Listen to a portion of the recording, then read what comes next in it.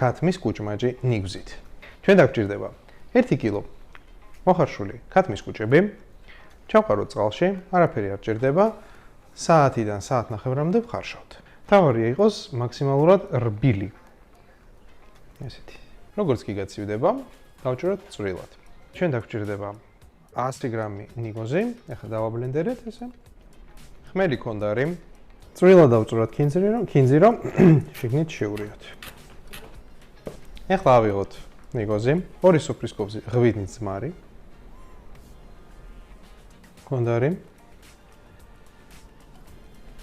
აქვე ნიორი, 2-3 კბილი.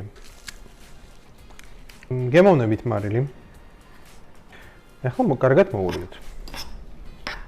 ან ძალიან სქელი გამოვიდა, ოდნავ ანადუღარი წყალი ჩავასხი. მოდი მომეხმარე.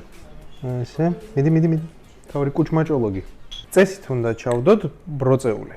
რადგან კარგი ბროწეული ეხლა არის პრობლემა, შეგვიძლია გამოვიყენოთ ბროწეულის წვენი ან ნაშარაფი.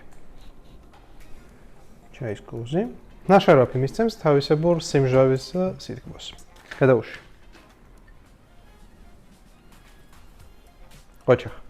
წითელი წიწაკა. ძალიან ცოტა. შეგვიძლია ჩავანაცვლოთ შებოლილი პაპრიკით.